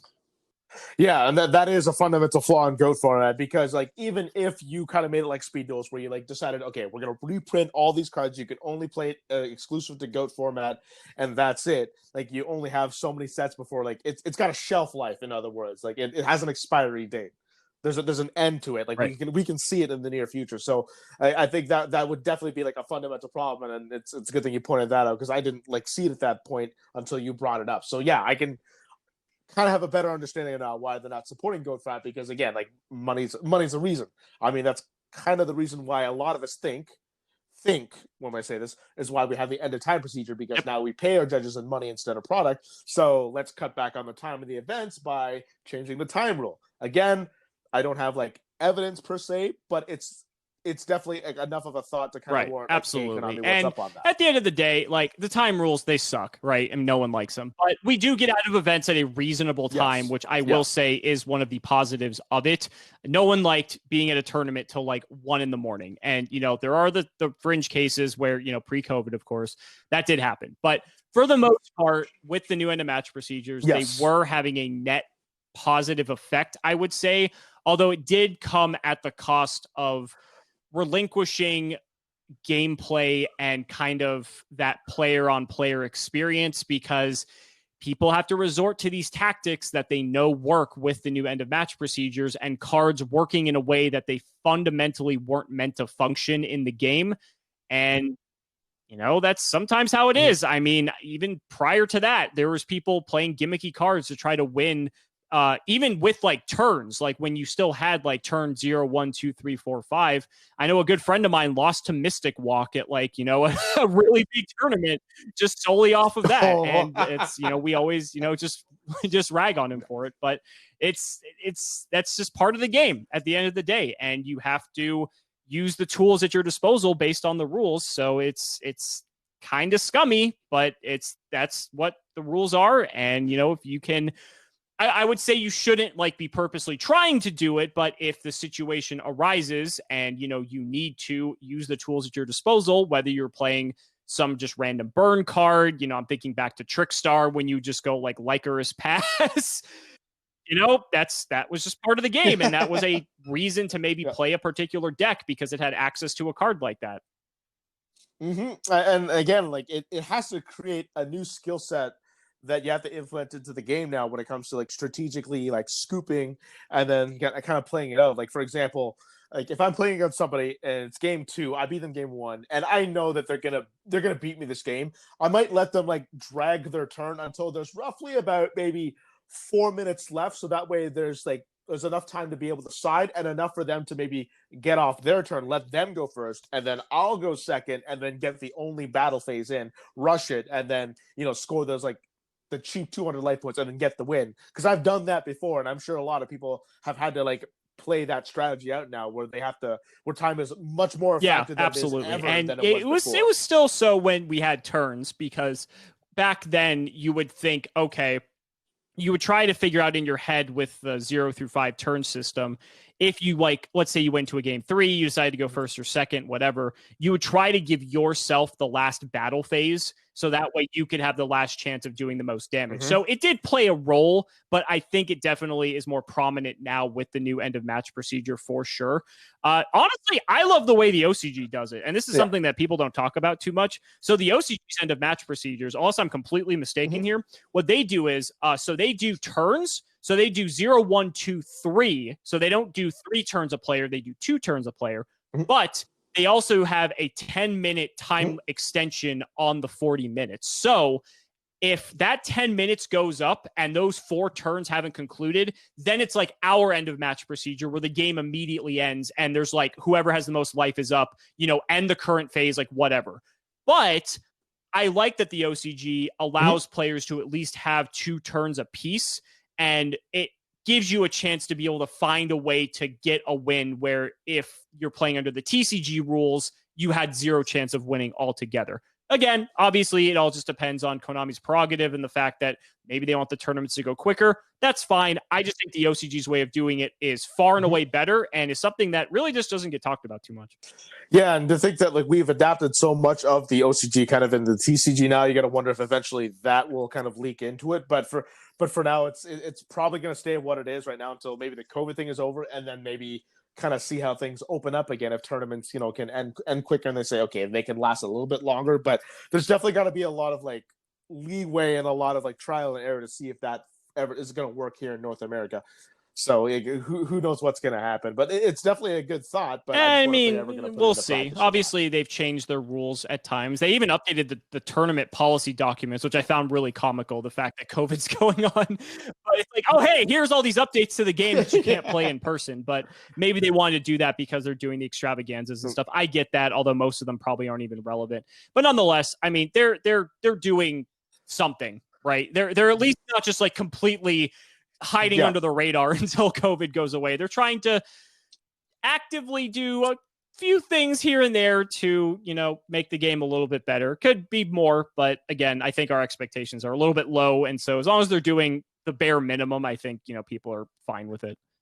Yeah, and again, like I didn't touch cards for like about 4 or 5 months since it happened, and now I'm starting to pick up some decks again. So at least I'm getting back into the swing of things again. So it feels good to do so, and we're just getting ready for when the world opens up. But I'm glad that at least Konami's doing something. So at least I'm encouraged to keep up, and at least like I have like the staples that I need. Like I've got like 3 droplets, I've got 3 tactics, I've got like 3 like the expensive cards. So if and when we go back to real life dueling, like I'm ready to go. So I'm glad at least that Konami has done something for us that we can kind of like look forward to and like at least help ourselves in the meantime until we go back to normal. But man, like I said, for you, for me, for everyone else that we're all yearning to go back to playing in real life dueling and being able to travel. Oh, yeah, and I'm 100%. pretty sure I speak for everybody when I say that. Man, Cimo, thank you so much again for coming on to my podcast, man. I really appreciate it. I know you're a really busy person, and I appreciate you taking out the time. Yeah, absolutely. It's been a blast. Thank you so much for having me. Absolutely, man. And hopefully we'll get to talk in the future sometime later on. Hopefully when things open up, we'll start to have a little bit more fun with Yu-Gi-Oh! As we progress. I was going to say, that sounded intense. No pun intended. I'll let it slide. Before you go, I do have to ask you a question, actually. Yeah. What is your favorite piece of the Gate Guardian? Piece of the Gate Guardian? Okay. That would have to be Suijin. And that's because that was my first one that I ever owned. And I know, even though I never played water decks, I thought like it has capabilities outside of it because you could play it with a legendary ocean and it could become a 1 tribute monster. So, and I always had that like kind of played against me with a lot of people who did play the water decks. So that was always a thing. And it also had the highest defense, if I recall correctly, out of the 3. So Suijin was just kind of my thing. And then like I'm not big into horoscopes or anything, but like I'm a Scorpio and like the element is water. So that kind of has a role. And Scorpion is also my favorite animal. It's why I love Don Zalug than Scorpions. But that's like a whole different ball of wax. But Suijin definitely 100% is my favorite of the 3 pieces for everyone that's out there. I never actually broadcast. Yeah, I like to mix things up a bit. So I thought that was a cool piece of information. It is, and there you go. Everybody learns a little bit more about each other as we go along, and that's kind of the point of why I have this podcast. So it's that way we get to know more about you, kind of just behind the scenes of your YouTube channel, so people can kind of see you in a different face. Alex, Cimo, thank you again. All the links will be down below in the description if you want to subscribe to him if you haven't already. Not sure how you haven't already. We'll see you next time.